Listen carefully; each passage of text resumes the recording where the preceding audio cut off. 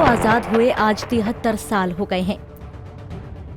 इन 73 वर्षों में हमने बतौर नागरिक संविधान में दी गई हर आजादी को जिया है, और अब जब जब बतौर नागरिक हमारी आजादी पर किसी तरह की आंच आई है, तब तब संविधान ने ही हमारे अधिकारों की रक्षा की है, और संविधान की इन्हीं धाराओं को परिभाषित कर सुप्रीम कोर्ट ने नागरिकों के अधिकार उन्हें दिलाए हैं। बात भले धार्मिक आजादी की हो, अभिव्यक्ति की आजादी की, प्रदर्शन की आजादी की या फिर प्रेस की आजादी की, देश के नागरिकों ने इस आजादी का पूरा आनंद उठाया है। ये आजादी दिवस ऐसे समय में आया है जब हमारा पड़ोसी पूरी दुनिया में चर्चा में है। वो अमेरिका सहित तमाम पश्चिमी देशों को आंखें दिखा रहा है, खुद को विश्व की सबसे अवधि आर्थिक ताकत मान रहा है, हांगकांग में दमनकारी कानून लागू कर रहा है। ऐसे में चीन की ये दमक चमक देश के लोगों को सोचने को मजबूर करती है कि आखिर चीन इतनी तेजी से विकास कैसे कर रहा है और भारत में वैसा विकास क्यों नहीं है। तो इसका जवाब है कि चीन का ये विकास उसके 140 करोड़ नागरिकों की आजादी की कीमत पर है। 74वें आजादी दिवस पर भारत और चीन के नागरिकों की आजादी पर पंजाब केसरी का खास विश्लेषण। प्रदर्शन की आजादी। भारत देश के संविधान की धारा 19(1)(b) लोगों को शांतिपूर्वक तरीके से इकट्ठे होने का अधिकार देती है। मतलब यदि लोग सरकार की नीतियों से नाराज हैं, तो वो एकजुट होकर आवाज उठा सकते हैं। इसी आजादी के चलते 1947 के बाद से देश ने ऐसे स्टूडेंट प्रोटेस्ट देखे हैं जिन्होंने सरकारों के तख्त पलटे हैं। गुजरात में 1974 में शुरू हुआ नवनिर्माण आंदोलन इसकी मिसाल है। गुजरात में स्टूडेंट्स के प्रदर्शन के चलते ही विधानसभा भंग करनी पड़ी थी और ताज़ा चुनाव की नौबत आ गई थी। गुजरात से शुरू हुआ स्टूडेंट्स का ये आंदोलन बिहार पहुंचा, तो जयप्रकाश के नेतृत्व में बिहार मूवमेंट नाम का ये आंदोलन राजनीतिक आंदोलन में बदल गया। हालांकि इसी आंदोलन के दरमियान देश में आपातकाल लागू होने के कारण ये बिहार में सफल नहीं हुआ, लेकिन आपातकाल हटने के बाद जयप्रकाश नारायण की जनता पार्टी ने 1977 के चुनाव इंदिरा गांधी को हराकर सत्ता से बेदखल कर दिया था। चीन का संविधान नागरिकों को अपने हक की आवाज उठाने की ना तो आजादी देता है और ना ही एकजुट होने की आजादी मिलती है। भारत की ही तरह चीन में भी स्टूडेंट प्रोटेस्ट हुए हैं, लेकिन इनका इतिहास रक्त रंजित रहा है और चीन के नागरिकों को अपनी ही फौज की गोली का शिकार होना पड़ा है। 1989 में चीन की कम्युनिस्ट पार्टी के पूर्व महासचिव और उदार सुधारवादी हु याओबांग की मौत के बाद बीजिंग के थियानमेन चौक पर जून 1989 में लोकतंत्र समर्थक प्रदर्शनकारियों पर चीनी सेना की कार्रवाई में कम से कम 10,000 आम लोग मारे गए थे। हु चीन के रूढ़िवादियों और सरकार की आर्थिक और राजनीतिक नीति के विरोध में थे और हारने के कारण उन्हें हटा दिया गया था। छात्रों ने उन्हीं की याद में एक मार्च आयोजित किया था। नरसंहार के करीब 3 दशक के बाद चीन की कम्युनिस्ट सरकार इस विषय पर किसी भी तरह की बहस, उल्लेख वगैरह की मंजूरी नहीं देती। धार्मिक आजादी। भारत देश में संविधान की 25 से 28 धारा धार्मिक आजादी को परिभाषित करती है। इसके तहत हर नागरिक को कोई भी धर्म अपनाने का अधिकार है और कोई भी नागरिक अपने धर्म को मान सकता है और शांतिपूर्वक तरीके से उसका प्रचार कर सकता है।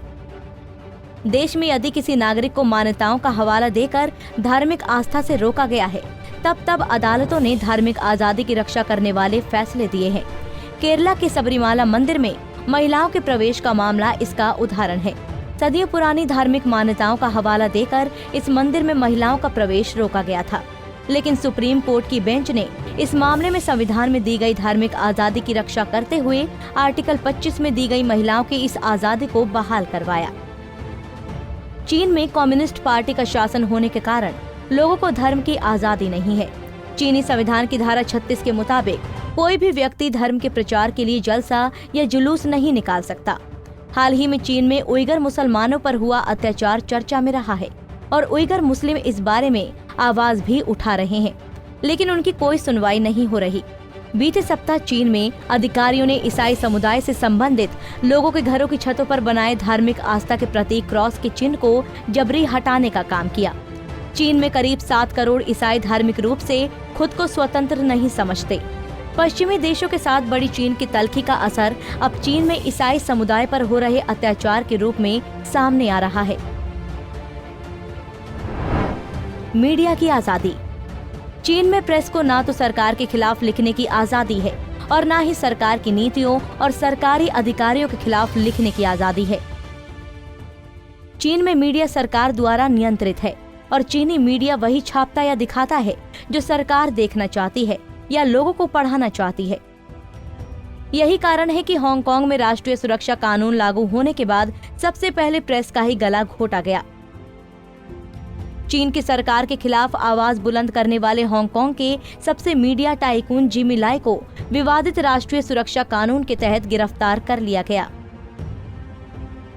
लाई पर आरोप लगाया गया है कि वो विदेशी ताकतों के प्रभाव में चीन के खिलाफ काम कर रहे हैं। लाई के पास ब्रिटिश नागरिकता है और उनके साथ उनके 9 अन्य साथियों को भी गिरफ्तार किया गया है।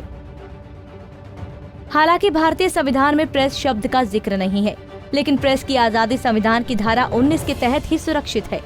भारत में मीडिया के पास इतनी ताकत है कि वो अपने दम पर सरकारी तंत्र में हुई गड़बड़ियों का खुलासा करता है तो सरकारें पलट जाती है। 1987 में द हिंदू द्वारा बोफोर्स तोप खरीद घोटाला इसका बड़ा उदाहरण है। अखबार के पत्रकारों चित्र सुब्रमण्यम और एन राम ने बोफोर्स से जुड़े 200 दस्तावेजों के आधार पर इस घोटाले का खुलासा किया था। इन दस्तावेजों को छपने से पहले बाकायदा स्वीडिश भाषा से अंग्रेजी में अनुवाद कराया गया था। आजादी के बाद रक्षा खरीद में भ्रष्टाचार पहली बार जनता में मुद्दा बना और 1989 में राजीव गांधी की सरकार इसी मुद्दे पर पलट गई थी। अभिव्यक्ति की आजादी। चीन में आवाज उठाना गुनाह है, वहाँ अभिव्यक्ति की आजादी नहीं है। यदि आप सरकारी अधिकारियों अथवा सत्ताधारी पार्टी के खिलाफ कुछ भी लिखते हैं अथवा बोलते हैं तो इसके आपको गंभीर नतीजे भुगतने पड़ते हैं। हाल ही में ऐसे 3 मामले सामने आए जिनके चलते अभिव्यक्ति की आजादी की हत्या हुई है। चिंगहुआ यूनिवर्सिटी में लॉ प्रोफेसर शू जांगरून को सरकार की आलोचना में लेख लिखने के चलते 15 जुलाई को बर्खास्त कर दिया गया। इससे पहले मई में लॉ प्रोफेसर रहे जैंग जुएजोंग को सरकार के खिलाफ एक खुला पत्र लिखने के कारण गिरफ्तार कर लिया गया था। वहीं जून में चीनी साहित्य के प्रोफेसर लिएंग येनपिंग के पढ़ाने पर इसलिए प्रतिबंध लगा दिया गया था क्योंकि उन्होंने हांगकांग के लोकतंत्र समर्थक आंदोलन का समर्थन किया था। ये 3 नाम सिर्फ चीन तक ही सीमित नहीं है, बल्कि अमेरिका और यूरोपीय संघ भी इनके जरिए चीन में अभिव्यक्ति की आजादी पर रोक का मुद्दा उठा चुके हैं।